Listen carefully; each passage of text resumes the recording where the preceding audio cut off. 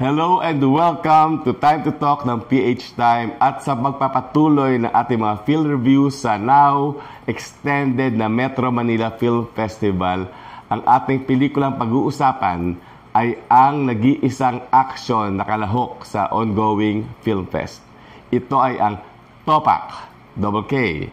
Pero bago natin pag-usapan at talakayin ang Topak, please don't forget to like, share, and subscribe to our channel, PH Time. At ito na, ma-action ba ang Topak?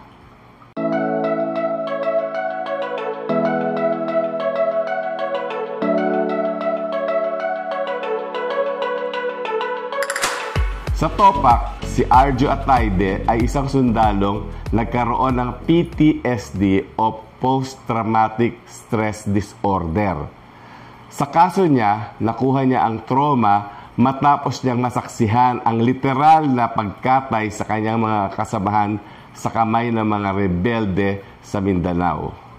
Kitang-kita niya kung paano pinugutan ng ulo ang mga ito. Dahil sa kanyang war trauma, napilitan siyang umalis sa serbisyo. Upang maging kapaki-pakinabang ang kanyang buhay, siya ay nagtrabaho bilang security guard sa isang warehouse. Kahit na patuloy siyang binabangungot ng mga eksena kung saan naaalala niya ang malagim na nangyari sa kanyang mga kasamahang sundalo, payapa ang kanyang buhay bilang isang sekyu. Nagulo na lang ito ulit nang ipasok na ang main story sa pelikula. Ito ay tungkol sa anti-narcotics operation na kontrolado siyempre ng mga public officials. Totoo namang nangyayari ito at makatotohanang nailarawan ng Topak. Sa kwento, may padroga si Mayora.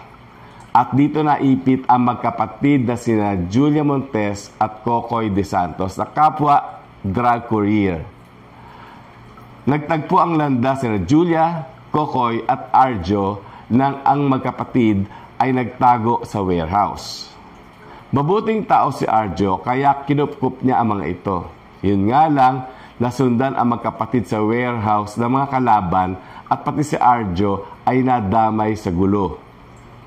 Matagal nang namatay ang action genre sa Philippine cinema. Dalawang rason ang nakikita ko kung bakit tumigil ito. Una, masyadong mahal mag-produce ng action movies. Kahit nga mga lumang kotse pa ang pinapasabog, mahal pa din ang paggawa nito. Pangalawa, ang mga action superstars na din ang pumatay sa mga action films. Ito yung paniwala ko ha. Paano ba naman, bukod sa napakalaki na kanilang talent fee, hinihingi pa nila sa mga producer ang mga auxiliary rights tulad ng kita sa pagpapalabas sa TV at sa mga videos. Gano'n na katagal napatay ang action films, DVD pa at wala pang streaming services. Dito naman sa Topak, bawing-bawi ang mga action fans. Kotang-kota sa mga action scenes ang pelikula. Deserving talaga silang mabigyan ng FPJ Memorial Award nung gabi ng parangal. Ang mga barilan, saksakan at iba pang method ng pagpatay ay tuloy-tuloy dito sa Topak. Halos walang humpay. Karamihan sa mga action scenes ay overextended. Kahit na siguro yung mga pinaka-diehard fan ng action films ay hihingi ng time out. Grabe din ang violence na ipinakita sa Topak. Nakapagtataka nga lang kung paano ito nakalusot sa MTRCB. Of course, R18 ang rating, pero kahit siguro yung mga hardened criminals sa city jail ay aatakin sa puso sa sobrang violent ng Topak. Sa mga SM cinemas kung saan hanggang R18 lang ang pwedeng ipalabas sa mga pelikula, ang balita namin ay binawasan ng violent scenes itong Topak. I am anti-censorship and I was part of the battle to stop censorship at mag-shift sa classification. Pero umuwi naman dito sa Topak ang violence. Kahit si Fernando Poe Jr. ay hindi na matutuwa dito. Pagdating sa technical elements, maraming pagkukulang ang Topak. Uneven ang color grading at madalas ay kulay paso ang mga artista sa pelikula. Ang kwento can be summed up ng ganito kasimple. Yung isang sundalo nagkaroon ng war trauma na damay sa karahasan ng corrupt anti-narcotics team. Yun na yun at puro patayan na ang mga kasunod hanggang ending. Ang isang nagpataas ng antas ng topak ay ang mga performances ng mga tauhan sa pelikula. Nandun si Vin Abrenica. Malakas ang screen presence. Kung uso pa ang action movies, baka naging manages Tony Alarcon o Jerry Craval itong kapatid ni Aljur. Maayos din ang pagganap ni Paolo Paraiso na bagay pala sa mga bad boy roles. Hindi pa din kumukupa si Bernard Palangka. Astig pa din.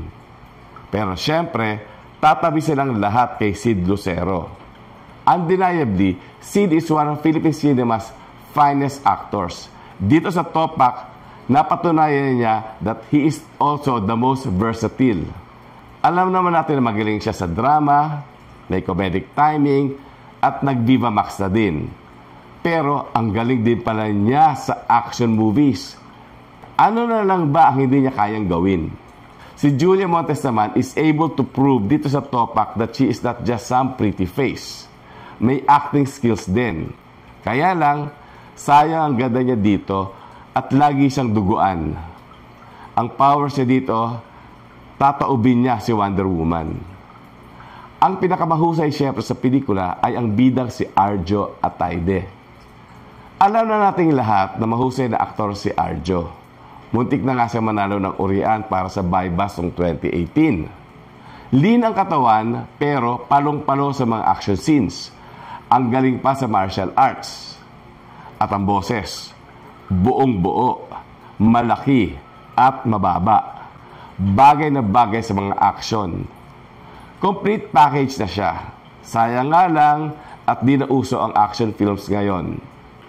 Kahit na mahaba ang list ng characters sa topak, si Arjo pa din ang nagdala ng pelikula na kitang-kita kung paano din pinagkagastahan.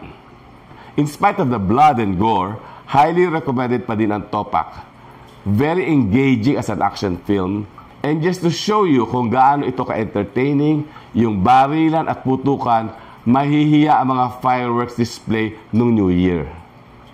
Okay naman ang topak, kaya on a scale of 1 to 5, ang rating natin dito ay 3.5 stars.